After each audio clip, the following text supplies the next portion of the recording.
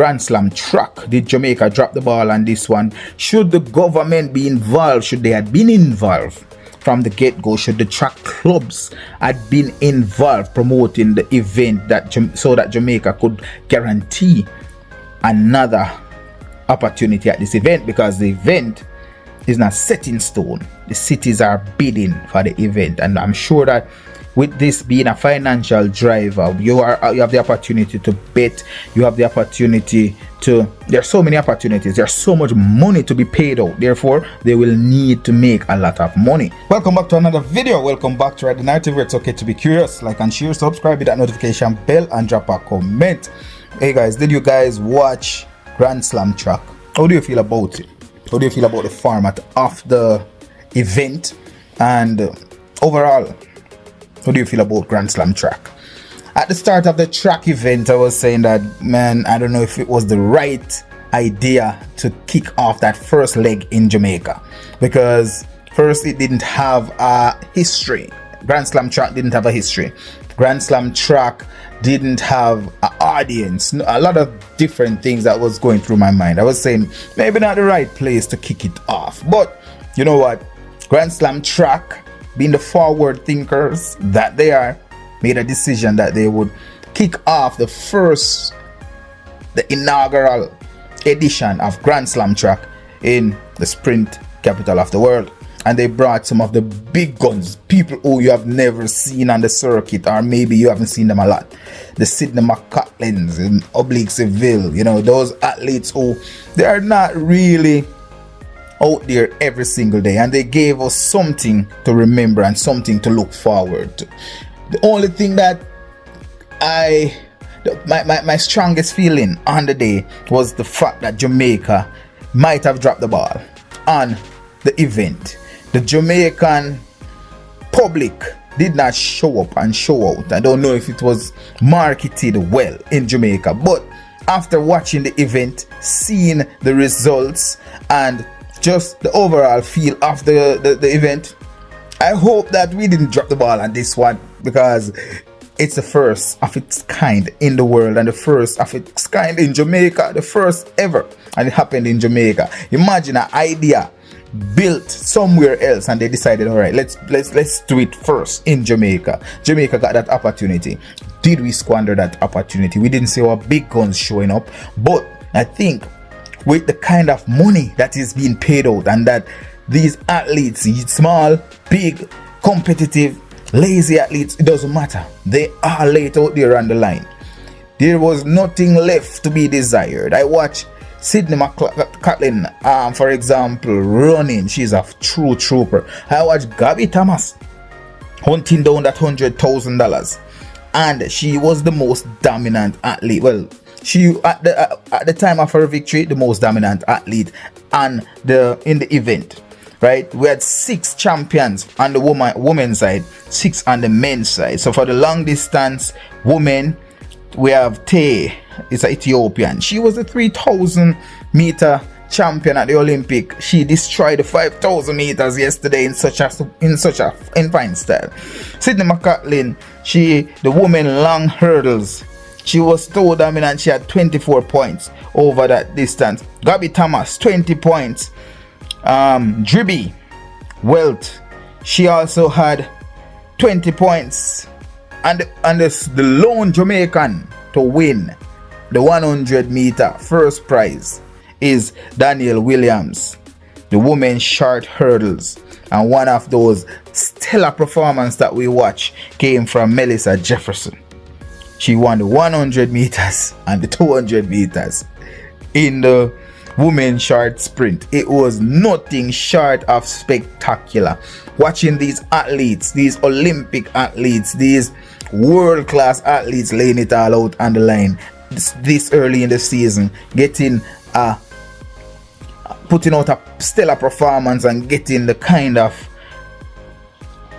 compensation to match it. This is what track and field is. This is what it needs. We went to the sprint capital of the world. We didn't get the crowd to match it, but I sure we had the TV audience, and the biggest part was that everybody was winning. There was an opportunity to bet in this Grand Slam track. People were betting and I'm sure a lot of people would have lost a lot of opportunity to earn because their favorite athlete didn't win. But even the smaller athletes were showing up big time. On the men's side, Grant Fisher, the men long distance, he won the first prize in the men long distance. 18 points he used to get that one. Alison DeSantos, 24 points, maximum points in the men long hurdle. He won the 400 and he won the 400 meter hurdles. And we have to give a lot of props, respect, praises to the Jamaican who got a second place finish in that one. I could see that he was fighting to get more, but it wasn't to be in that one at all. Matthew Hudson, is the men long sprint champion. All these, I'm talking about all these athletes: Emmanuel, Sasha, Zoya, Kenny Benerick. All these athletes, they won the first prize. 12 athletes, $1,200,000 US, $1.2 million. And the second prize for the 12 athletes who came second, it's half of that. So it's $600,000. So over 12 athletes, 1,200,000, 24 athletes, 1,800,000, or $1.8 million in one weekend, 3 days, 2 races. The biggest payout. And these athletes, the racers, because this has been broken down into racers and challengers. The racers are guaranteed to compete in all 4 events. They will also get an appearance fee of $2,000, and they will also get a base compensation. I can't remember what the base compensation is. It might be $1,000 or $2,000, but let's put this into perspective, right? The last place finisher in the event will get a base payment no matter what. But they will also, if you finish 8th in your event, you still get $10,000 US. In a Diamond League, you get $1,000 US. In a World Championship, you get a pat on the shoulder and well done. This is professional athletes being paid professionally, and that's why I'm saying, why did the Jamaican public, or why did the Jamaican athletes, the Jamaican clubs did not show up and pack the stadium and fight for another opportunity at Grand Slam track? Because guess what? This is not guaranteed to return to Jamaica. This is not guaranteed to return to Miramar, even though Miramar still haven't had theirs as yet. In Miami, it still haven't had theirs as yet. It's not guaranteed to return. The reason why is because a lot of other cities are bidding for the event. It is a world-class event. It is a tourist booster. It's a financial driver. There's a lot to be desired from this, and there's a lot of results that will be coming from this. And Jamaica had an opportunity. They had the best opportunity ever in track and field, because this is a game changer. Olympians are there early. We watched the Olympic last summer, and now right around spring we're watching these top class Olympic athletes, or these top class professional athletes, laying it all out there on the track to get as much money as possible. And they have the opportunity, these racers have the opportunity to win as much as $400,000 up front, right? Plus appearance fee and a retainer fee, because if you're a part of the event, you got retained by the event, you get a retainer fee. So naturally, this is one of those events that we should be seen getting filled with top class athletes, the Noah of the world, the Kishane of the world, the athletes who are in good shape and ready. But we are gonna see athletes who are ready and prepared to complete 2 races and win $100,000, $50,000, $35,000, $25,000, $10,000, $15,000. 2 races, biggest payout in athletics for a weekend.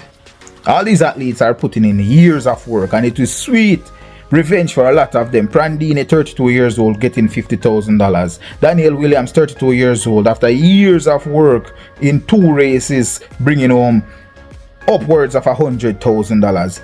I do believe this is impressive. I think it is definitely what track and field deserve.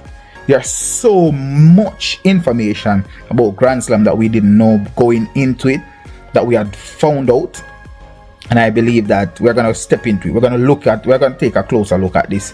But drop your comments down below and let me know what you guys think about Grand Slam track. Did Jamaica drop the ball on this one? Should the government be involved? Should they have been involved from the get-go? Should the track clubs had been involved promoting the event so that Jamaica could guarantee another opportunity at this event? Because the event is not set in stone. The cities are bidding for the event, and I'm sure that with this being a financial driver, you have the opportunity to bet.